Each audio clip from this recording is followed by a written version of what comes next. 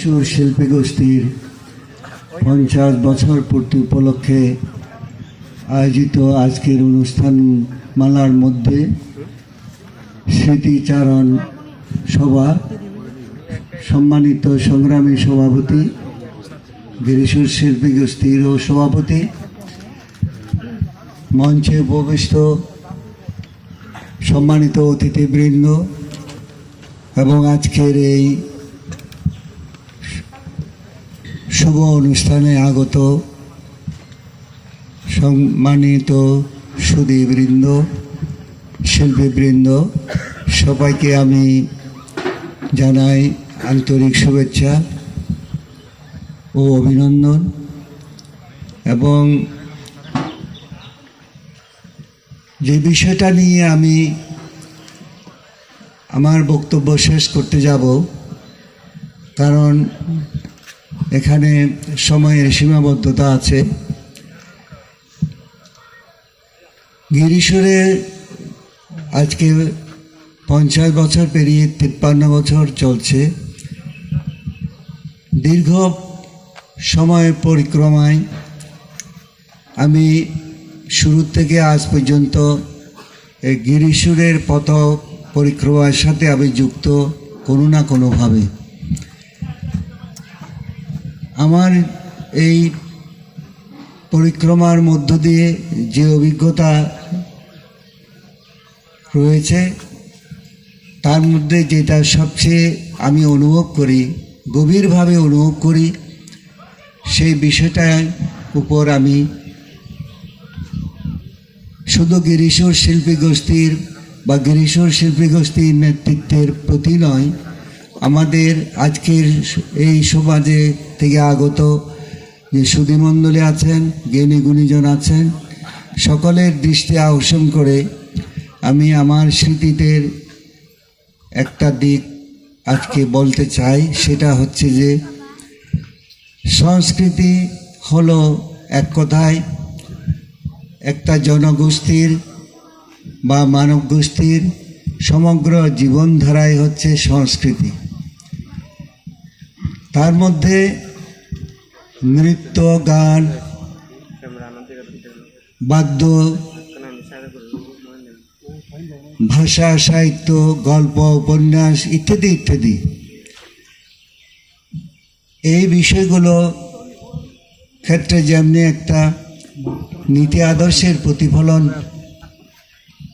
থাকে, তেমনি সংস্কৃতির অন্যান্য ক্ষেত্রেও, সেটা পোশাক পরিচ্ছদ হোক, তার খাদ্য অভ্যাস হোক, তার ঘরবাড়ি, তার সব কিছু বলবো আমি, প্রতিটি ক্ষেত্রে তার একটা নীতি আদর্শের প্রতিফলন থাকে এবং থাকবে।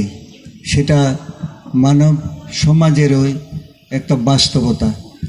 আজকে পার্বত্য অঞ্চলে আমরা বহু ভাষাভাষী পাহাড়ি যুগ্ম জনজাতি বসবাস করি। আমাদের সমাজ ব্যবস্থা ক্ষয়িষ্ণু সমাজ ব্যবস্থা। এই সমাজ ব্যবস্থায় সংস্কৃতির বিকাশ এটা সহজে হয়ে ওঠে না। এখানে নানা সমস্যা, নানা সীমাবদ্ধতা, নানা নেতিবাচক দিক প্রাধান্য পেয়ে থাকে। সুতরাং আজকে আমরা যাই চাই সেটা যে আমরা পেতে পারি বা পাবো, সেই সম্ভাবনা থাকলেও সেটা সহজসাধ্য নয়। আজকে পার্বত্য অঞ্চলে গিরিসুরের যে পদচারণা শুরু থেকে আজ পর্যন্ত, যেটা বাস্তব দিক সেটা হলো গিরিসুর এমন একটি শিল্পী গোষ্ঠী নিয়ে তার পথ চলা। সেটা হচ্ছে যে এই পার্বত্য অঞ্চলের যুগ্ম জনগণকে স্বাধিকার অধিকার চেতনায় উদ্বুদ্ধ করা, অনুপ্রাণিত করা, সচেতন করা এবং যুগ্ম জনগণের আত্মনিয়ন্ত্রণাধিকার আদায়ের লক্ষ্যে যে সংগ্রাম, সেই সংগ্রামকে এগিয়ে নিয়ে যাওয়ার একটা কঠিন একটা প্রয়াস। গিরিসুর মানে শিল্পী গোষ্ঠী মানে হলো একটি সংগ্রাম, একটি আন্দোলন আদায়ের তার একটা ইতিহাস জড়িয়ে আছে এখানে। তো কিন্তু যে বিষয়টা আমি অনুভব করি বারে বারে সেটা হলো যে যেহেতু গিরিসুর শিল্পী গোষ্ঠী অধিকার আদায়ে লড়াই সংগ্রামে সে জড়িত শুরু থেকে আজ পর্যন্ত, পাহাড়ি ছাত্র সমিতির মধ্যে যে সংগ্রামী চেতনা ছিল, যে যুগ্ম জনগণের এগিয়ে নেওয়ার ক্ষেত্রে তার যে একটা ভূমিকা ছিল, পাহাড়ি ছাত্র সমিতির সেই ছাত্র সমাজের যারা পাহাড়ি মানুষদেরকে উজ্জীবিত করতে এগিয়ে এসেছিল, যারা শুরু থেকেই পার্বত্য অঞ্চলের উপর যে দমন পীড়ন তার বিরুদ্ধে সোচ্চার ছিল। বিশেষ করে 1960 দশকে যখন কর্ণফুলী নদী বুকে বাদ দিয়ে পার্বত্য অঞ্চলের জনজীবনকে তথা পুরো সংস্কৃতিকে বিপর্যস্ত করেছিল, সেই পাহাড়ি ছাত্র সমিতি আমি দেখেছি একমাত্র সংগঠন, যে সংগঠন তার বিরুদ্ধে এগিয়ে আসতে দ্বিধা বোধ করেনি। আমাদের বিপ্লবী নেতা মানবেন্দ্র নারায়ণ লারমার নেতৃত্বে ছাত্র সমাজ নতুন পথে ধাবিত হতে তারা শুরু করে 60 দশকের শুরুর থেকে।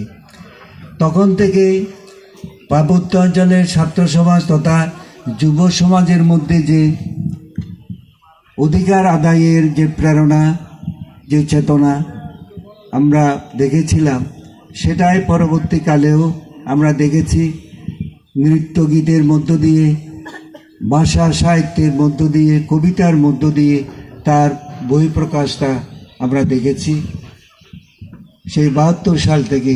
এবং সেই সময়েই পাহাড়ি ছাত্র সমিতি রাঙামাটির বুকে স্বায়ত্ত শাসনের দাবিতে প্রথম তারা মিছিল করেছিল, বিক্ষোভ মিছিল করেছিল স্বায়ত্ত শাসনের দাবিতে। রাঙামাটি শহর খুবই ছোট্ট শহর ছিল, কিন্তু সেই শহরের বুকে সেটা একটা নতুন দিক উন্মোচিত করেছিল। তার পাশাপাশি যারা গান করতেন, যারা কবিতা লিখতেন, যারা গান রচনা করতেন, সুর দিতেন, যতটুকু সম্ভব, যতটুকু যোগ্যতা তা নিয়ে আমরা দেখেছি গুটি কয়েক এই রাঙামাটির বুকে এই গিরিসুরের জন্ম দিতে তাদের ভূমিকা সবচেয়ে গুরুত্বপূর্ণ ছিল। যা হোক, আজকে আমি যে বিষয়টা বলে আমার বক্তব্যটা শেষ করতে যাচ্ছি সেটা হলো যে সকল ক্ষেত্রে একটা নীতি আদর্শ থাকে। গান রচনা করা, সুর দেওয়া, বাদ্যযন্ত্র সংযোগ করা এবং শিল্পী হিসেবে কণ্ঠশিল্পী সেটা পরিবেশন করা, সব কিছুর মধ্যে তার একটা নীতি আদর্শ কাজ করে।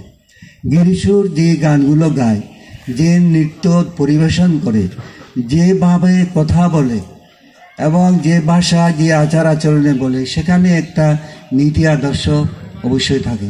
সেই নীতি আদর্শ আমি মনে করি অন্য যে কোনো নাচ গানের, যেটা সাধারণভাবে বলা হয় সাংস্কৃতিক সংগঠন, আসলে যে নাচ গান, কবিতা ইত্যাদি ইত্যাদি নিয়ে যে সংগঠনগুলো আছে, তার মধ্যে গিরিসুরের যে ভূমিকা সেটা আমি মনে করি অপ্রতিদ্বন্দ্বী একটা ভূমিকা, সেটা আজ অবধি রয়েছে। শুরু থেকে আজ পর্যন্ত এই গিরিসুরের যে পদচারণা সেটা নানা ক্ষেত্রে স্মরণীয় ছিল, এখনও আগামীতেও স্মরণীয় থাকবে বলে আমি দৃঢ়ভাবে বিশ্বাস করি। তবে যেটা আমি কামনা করি, যে অভাব বোধটা আমার মধ্যে আছে, সেটা হলো আমার এই গিরিসুর শিল্পী গোষ্ঠীর সাথে যতটুকু আমার যোগাযোগ সম্পর্ক, তাতে আমি অনুভব করেছি বারে বারে আজ পর্যন্ত, সেটা হলো গিরিসুর শিল্পী গোষ্ঠীর মধ্যে যে নেতৃত্ব এবং যে যারা গিরিসুরের শিল্পী গোষ্ঠীর সাথে যারা গানের মধ্য দিয়ে, যে বাদ্য বাজনার মধ্য দিয়ে, গান কবিতা রচনার মধ্য দিয়ে, সুর দেওয়ার মধ্য দিয়ে যারা যুক্ত আছেন, তাদের মধ্যে যে চিন্তাধারা, সেটা আমি মনে করি আরও এটা প্রগতিশীল হওয়া উচিত, আরও গণতান্ত্রিক হওয়া দরকার, আরও অসাম্প্রদায়িক হওয়া দরকার, এবং সবচেয়ে সেটা হচ্ছে যে বিপ্লবী চেতনায়, অধিকার আদায়ের লড়াই সংগ্রামী চেতনায় সেটা আরও সেটা থাকা উচিত বলে আমি মনে করি। এ পর্যন্ত 50-53 বছরের মধ্যে গিরিসুরের সাথে যারা যুক্ত হয়েছিলেন, রচয়িতা হিসাবে, গীতিকার, সুরকার, শিল্পী হিসাবে বা অন্যান্যভাবে যারা যুক্ত হয়েছিলেন, তারার মধ্যে যারা উদীয়মান ছিলেন, যারা তাদের ভূমিকার মধ্য দিয়ে এই গিরিসুর শিল্পী গোষ্ঠীকে সমৃদ্ধ করেছিল, পার্বত্য অঞ্চলের স্বাধিকার অধিকার আদায় লড়াই সংগ্রামে যারা একটা বিশেষ ভূমিকা রেখেছিল, আজকে তারা তো হারিয়ে গেছে বা ক্রমাগত হারিয়ে যাচ্ছে। আজকে যিনি তার গানের মধ্য দিয়ে, তার যে সংস্কৃতির ক্ষেত্রে তার যে ভূমিকা, তার মধ্য দিয়ে তার যে অবস্থানটা, সেটা সে ধরে রাখতে পারছে না বা সেটা হারিয়ে যেতে যাচ্ছে। কেন যাচ্ছে? আমার এই প্রশ্নের যে মীমাংসা আমি এখনো দিতে পারি না। মীমাংসা মানে এখানে যেটা তার উত্তরটা, কারণ হচ্ছে যে আজকে যারা এই গিরিসুর শিল্পী গোষ্ঠীর সাথে শুরুর থেকে আজ পর্যন্ত যারা যুক্ত, তারা তো দীর্ঘদিন এই গিরিসুরের আবর্তে তারা নিজেদের জীবনকে তারা ধরে রাখতে পারে নাই, হারিয়ে যাচ্ছে এবং হারিয়ে গেছে।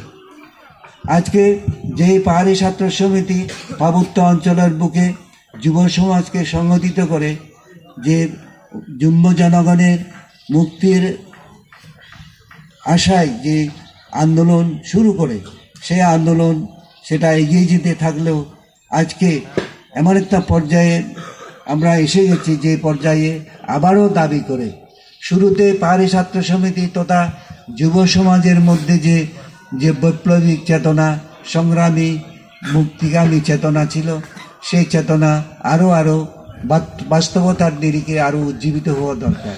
ঠিক তেমনি আজকে গিরিসুর শিল্পী